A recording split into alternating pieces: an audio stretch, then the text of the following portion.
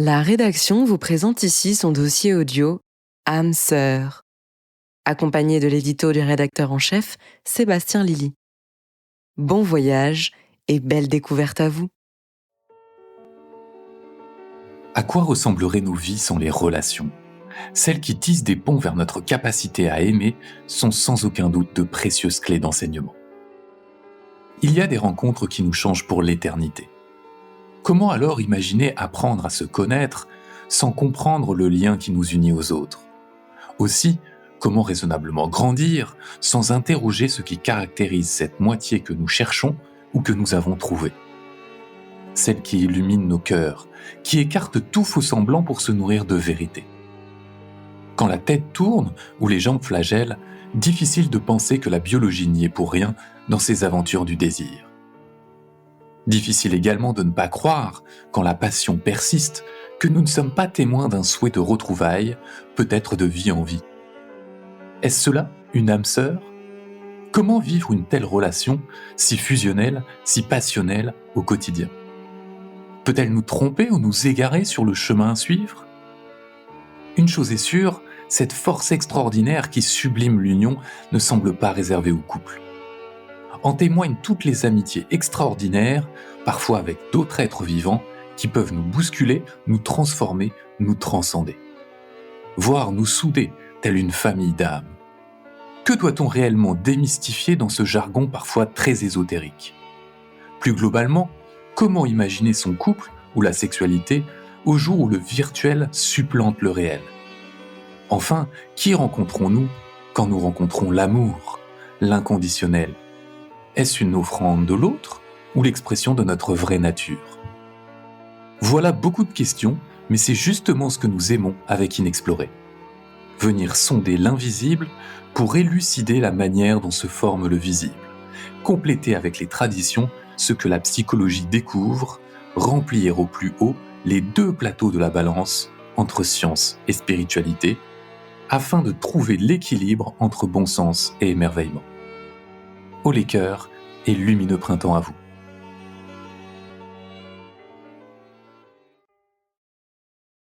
Âme sœur. C'est main dans la main, avec d'autres âmes, que nous avançons dans l'existence terrestre. Nous grandissons, nous évoluons, nous apprenons, nous tombons, nous nous relevons, à cause ou grâce à tous ceux que nous rencontrons. Quelles sont ces relations d'âme ? Quels sont ces liens privilégiés ou au contraire si difficiles qui se transforment ou se délient ? Avons-nous une famille autre que celle que nous connaissons ? Des êtres qui auraient la même mission que nous ? Comment comprendre ces attachements parfois inexpliqués ? Autant de questions sur nos relations d'âme. Aux âmes, etc. Flammes jumelles, âme sœur, famille d'âmes, toutes ces terminologies font le tour du monde de l'ésotérisme depuis des années. Et parfois, il y a de grandes différences entre les écoles. Comment s'y retrouver ? Inexploré a tenté de faire un petit tri. Par Mélanie Chéreau. L'humain est un être social. Cela n'aura échappé à personne. Hormis quelques yogis mystiques, nous vivons ensemble, nous créons des familles, nous avons des relations humaines. Parmi ces relations, cependant, certaines semblent particulières. Nous avons des affinités électives, des personnes dont nous sommes plus proches, parfois dès la première rencontre, et d'autres avec lesquelles tout est compliqué, même dans notre famille rapprochée. Alors, ces liens seraient-ils explicables au regard de nos connexions d'âme, comme le prétendent certains experts ? Notre mission de vie, terme de plus en plus à la mode, est-elle associée à une famille d'âmes particulière ? Qu'en est-il de ces âmes sœurs, ces flammes jumelles et autres relations karmiques ? Qu'ont-elles de particulier et comment les distinguer ? Bien que ces termes circulent, ils n'ont pas toujours le même sens, et selon les enseignements, ils ne sont même pas toujours exclusifs. Pouvons-nous avoir plusieurs âmes sœurs, plusieurs flammes jumelles ? Pouvons-nous appartenir à plusieurs familles d'âmes ? Et quelles sont-elles ? Ces questions ne sont pas simples, car de nombreux médiums ou thérapeutes qui se sont intéressés au sujet ont donné divers types de réponses. Christiane Martin-Chambard, psychothérapeute, explique. Il n'y a pas de version officielle. mais plusieurs façons selon les personnes d'envisager ces sujets. Ce que je trouve intéressant, c'est qu'on puisse s'autoriser à aller rencontrer ce qui nous parle le plus, en fonction des filtres, de l'avancée, de la sensibilité de chacun. Pour l'instant, on n'a pas de consensus sur ces classements, c'est en cours d'observation. Mais en ce qui me concerne, il s'agit avant tout d'un parcours initiatique. À chacun de sentir ce qui lui parle le plus dans ces terminologies qui, en plus de la complexité de l'humain, tentent de décrire la complexité de l'âme.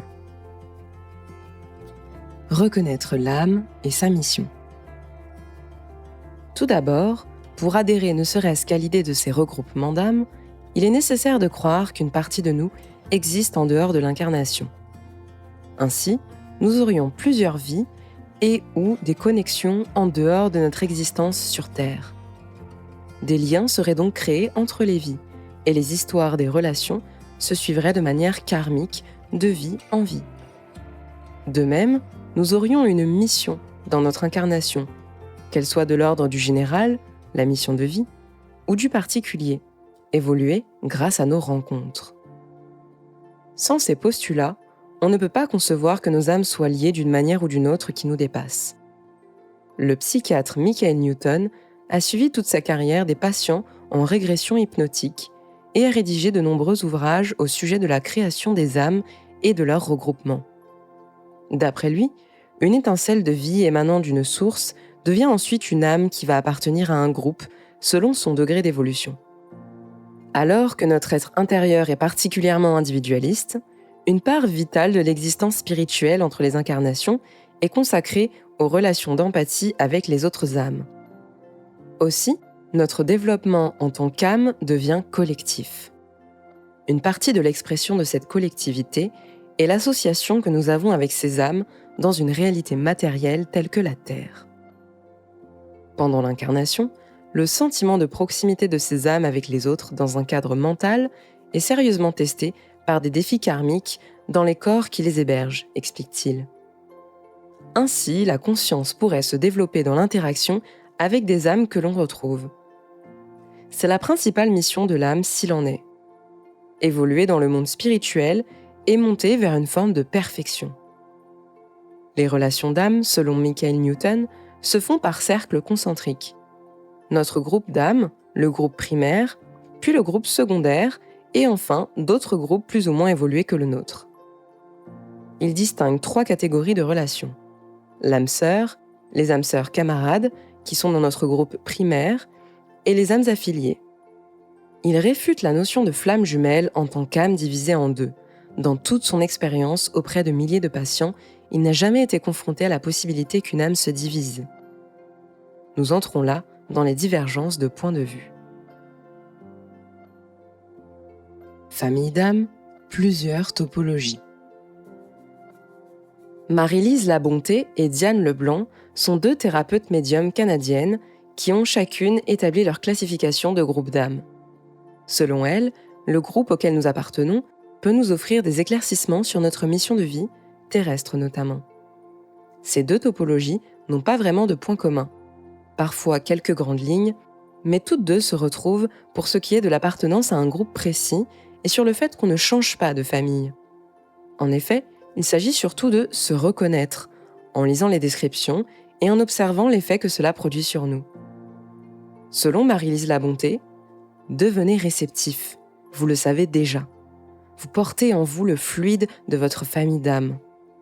Et vous la portez même si vous l'avez oubliée, même si vous la niez. En ce moment, il devient urgent de rétablir les liens entre les familles. Et plus nous en avons conscience, plus la vibration va nous mener à notre groupe. La psychothérapeute Dominique Dethière, co-auteure du livre « À la découverte des familles d'âmes », selon la méthode Diane Leblanc, raconte qu'au début, je ne parviens pas à me situer dans une famille précisément. Toutes me parlent et me passionnent. Cependant, c'est plus facile de situer mes proches. Beaucoup de choses s'éclairent pour moi. Je comprends mieux l'attitude de mon fils visionnaire, par exemple. Après plusieurs exercices, elle se découvre passeuse. La dernière famille dont j'aurais pensé être. Cette information sera capitale pour la suite. Je revisiterai beaucoup d'événements de ma vie avec cet éclairage et mon regard sera plein de compréhension, de compassion et de pardon pour moi et les autres. La classification de Marie-Lise Labonté s'appuie énormément sur l'entre-deux-vie et sur l'aspect spirituel des origines. L'incarnation permet de mettre en pratique des caractéristiques qui seront amplifiées dans l'au-delà.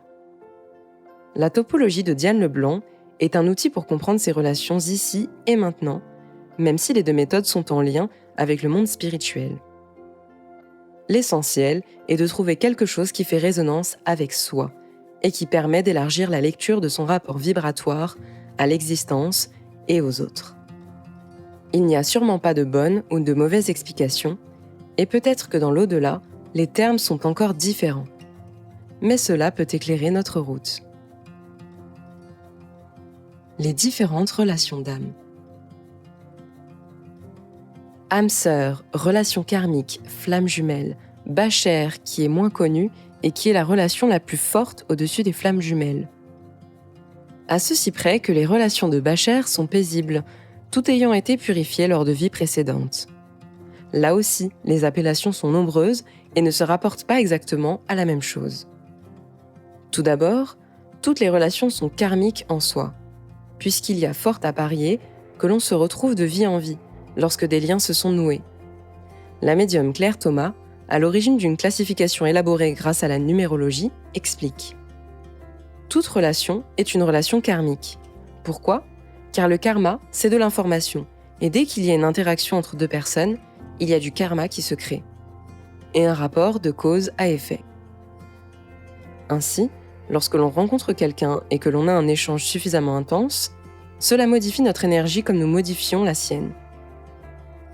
Les empreintes karmiques qui sont créées se retrouvent, et les conséquences permettent de purifier une relation, de rééquilibrer une dette karmique ou de rétribuer un bel échange. Certains ne seront peut-être pas d'accord avec ces affirmations, arguant que de toutes nouvelles relations peuvent advenir. Il est difficile de trancher ce cas. De nombreux maîtres bouddhistes disent que nous avons tellement de vie qu'il serait impossible que nous ne nous soyons pas tous croisés au moins une fois. Alors, âme sœur, camarade, affilié, flamme jumelle, âme miroir, bachère, les relations d'âme sont essentiellement intéressantes au regard de ce qui en ressort. C'est comme quand on fait un bébé. Lorsque deux âmes se rencontrent, elles fusionnent et créent une nouvelle énergie en fonction de leur vibration. Cela permet de comprendre pourquoi on s'est retrouvés en décryptant l'énergie qui se crée. Les rencontres permettent de lâcher nos impuretés et de traiter nos blessures égotiques. Plus on va être connecté, plus on va être dans cette vibration d'âme. Il y a du nettoyage à faire et on chemine avec toutes les personnes, mais pas forcément au même niveau, précise Claire Thomas.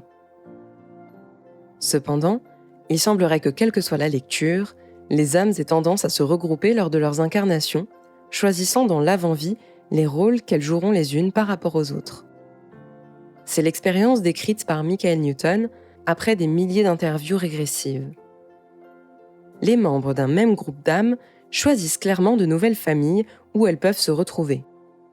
Les membres de groupes d'âmes tendent à s'associer dans chaque vie par les liens du sang ou par une proximité géographique. On ne parle pas ici des familles d'âmes avec leur mission, mais de groupes d'âmes selon leur évolution.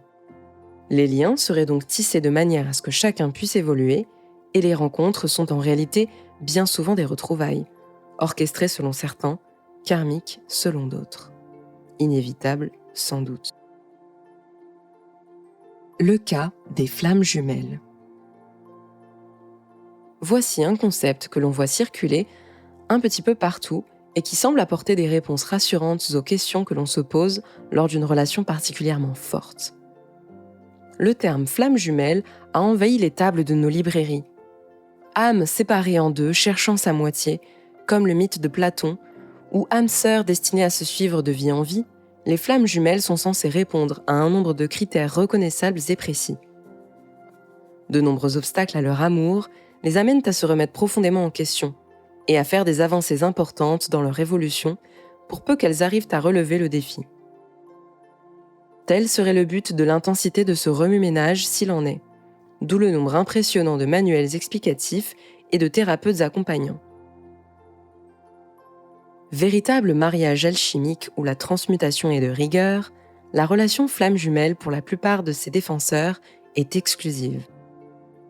Quelques médiums cependant reconnaissent que, malgré l'intensité, il serait possible d'avoir plusieurs flammes jumelles. Quoi qu'il en soit, le schéma de rencontre a pour grande ligne un grand choc, une impossibilité de fuir les sentiments au début.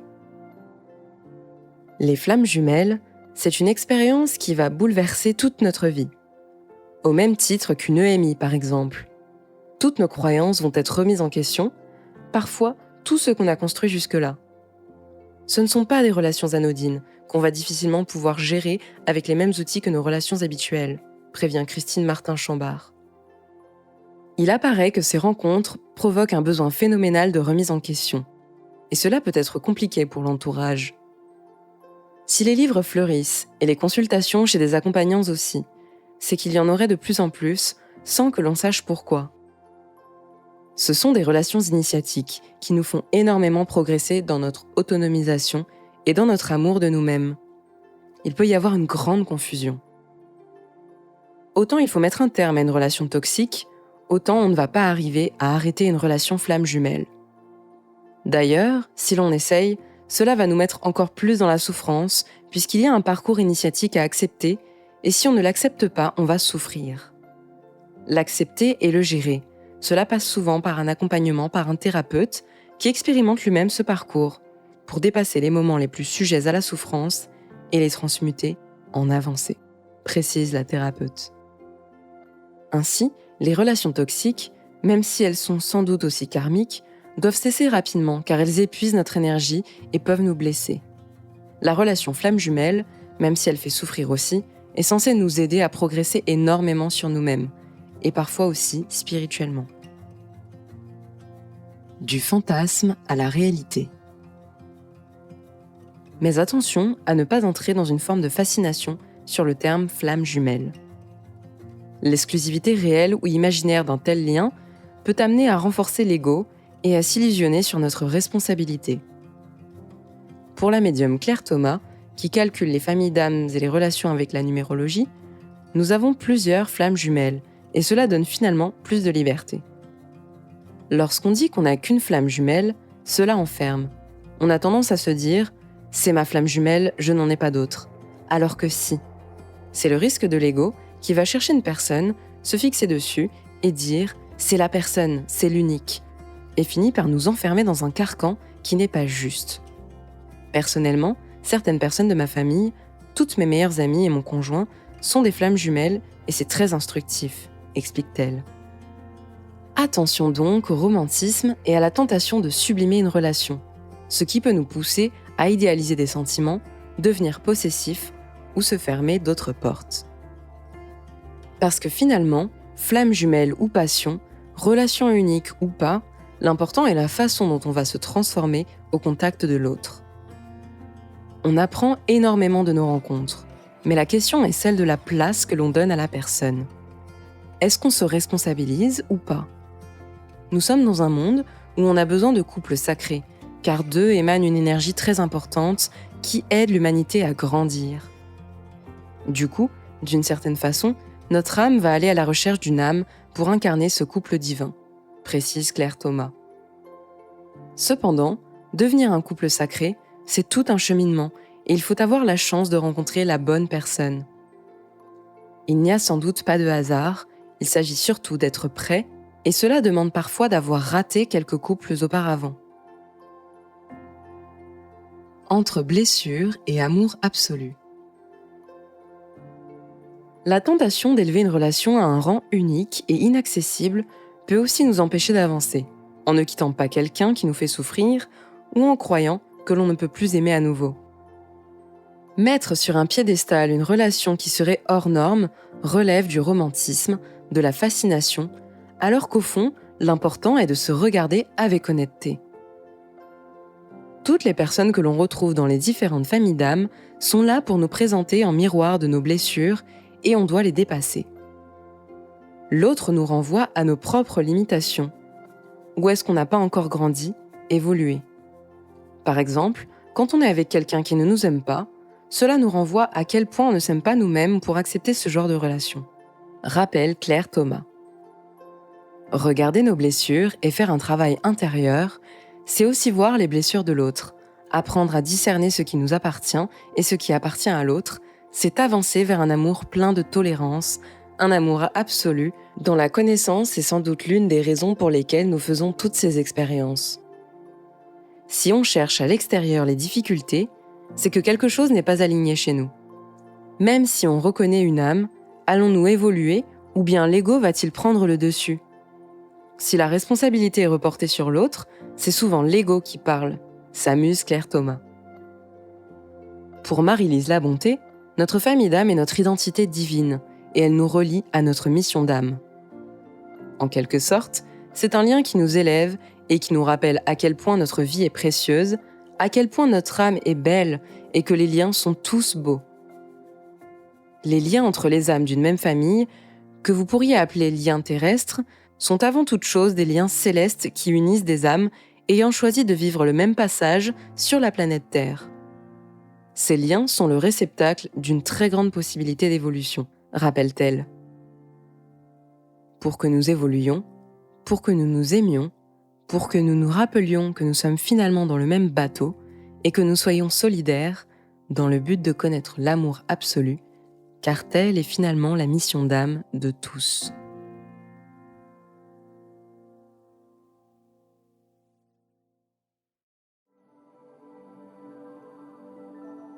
Affinités électives, le dico-ésotérique. Selon les traditions spirituelles, nous sommes tous issus de la source d'amour originelle et nous évoluons de vie en vie afin d'améliorer notre âme, notre karma. Différentes relations nous aident à progresser. Plus nous travaillons, plus nous nous approchons de notre essence, notre vraie nature. La médium Claire Thomas propose sa vision. Relation d'âme. Relation simple où l'échange informationnel reste basique. Le travail sur soi et les points communs sont réduits. Bachère. Voici le plus haut niveau de relation. On s'est rencontrés dans de nombreuses vies et le travail a été intense. On vient de la même essence. C'est extrêmement fluide. Il y a un feeling et une compréhension qui ne sont plus passionnels, qui laissent place à la souplesse, la fluidité, la sécurité, un certain détachement, voire une forme d'ennui. Dans ce type de relation, il n'y a plus de rivalité. Seule la connaissance de soi et du monde reste à travailler. Âme sœur. Personnes issues de la même famille d'âmes, et pas forcément de la même famille terrestre. Elles se reconnectent et vont effectuer leur mission ensemble. L'énergie relève de la fraternité, il y a des liens qui sont créés par le sentiment d'appartenance. Ces âmes vont travailler sur leur similarité et leur complémentarité, mais peu sur leur ego. Reconnexion d'âme. Les âmes se reconnaissent karmiquement et vont travailler sur un point précis de leur karma, et donc de leur ego, pour permettre ensuite de se reconnecter en flammes jumelles. Flamme jumelle. C'est la relation la plus intense et la plus compliquée entre deux âmes. L'émotionnel est à vif. On travaille plusieurs dossiers en même temps, et ceux qui ne sont pas encore traités peuvent exploser. Les douleurs égotiques vont être importantes. La relation est puissante. La rencontre est très fluide et nous fait travailler sur nos plus grandes peurs. C'est un nettoyage. Parfois, le lien va se rompre à cause des conflits que cette énorme transformation génère. Si les deux protagonistes acceptent l'évolution qui leur est proposée dans la rencontre, alors la relation peut évoluer en bachère.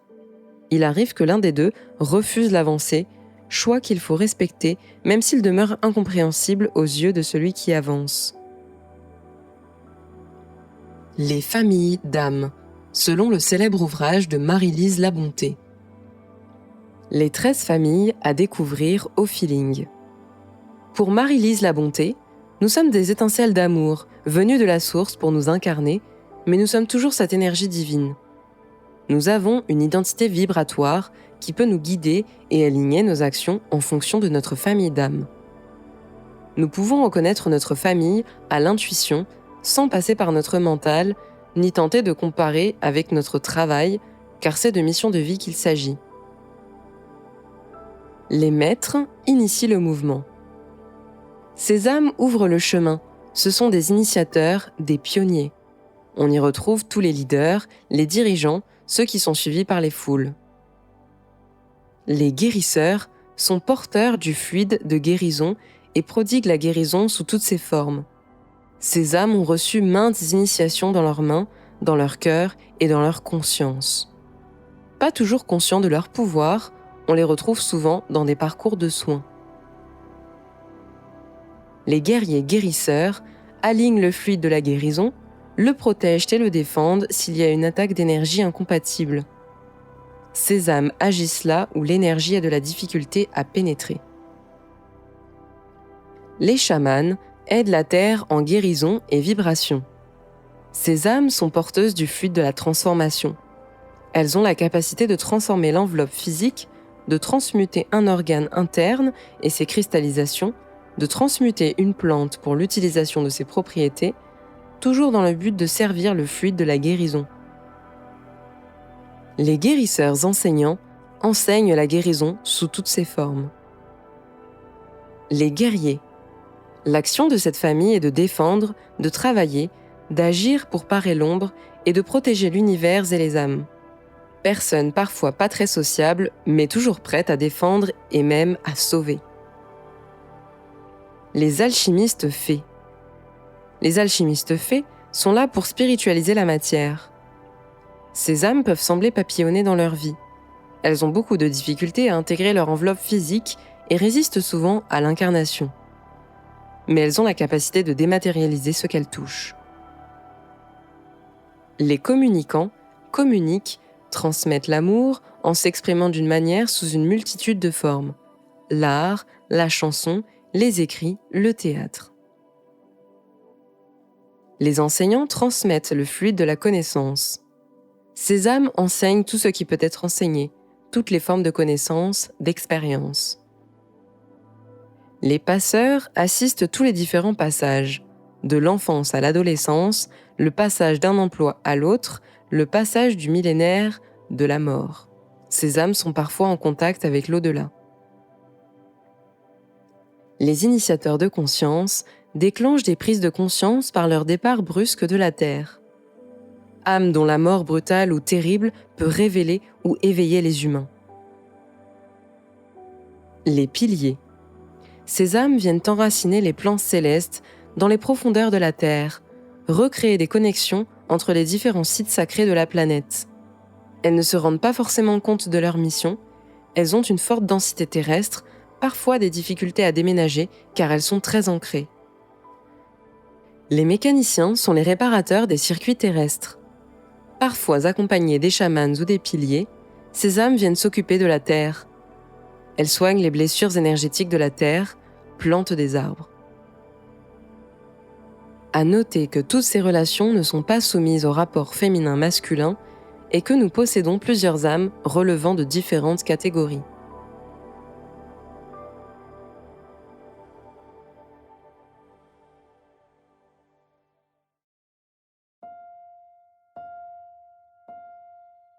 La quête magique de l'amour. Au sens littéral de l'âme sœur, tout le monde rêve de rencontrer le grand amour.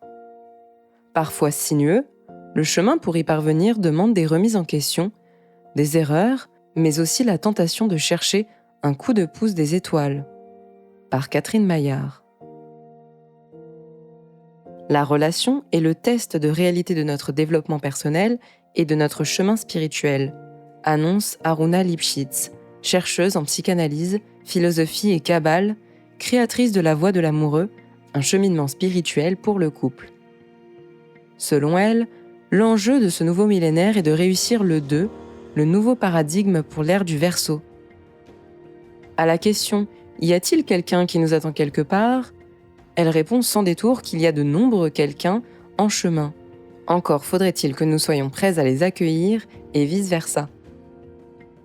Et voilà bien la seule grande vérité qui vaille. C'est un apprentissage. Chacune de nos rencontres dites de guérison nous prépare. Le secret ? Il nous faut d'abord peaufiner notre propre danse intérieure du couple pour valser ensuite avec notre promis ou promise. Pour Aruna Lipschitz, C'est une évidence. Le développement relationnel est le grand enjeu de notre époque. C'est un renouveau du vivre. Merci de nous écouter. Nous espérons que cet extrait vous a plu et vous inspirera. Découvrez la suite de ce dossier audio dans les épisodes suivants, disponibles en intégralité pour nos abonnés sur Inexploré Digital. Et surtout, n'hésitez pas à partager autour de vous nos contenus. À bientôt.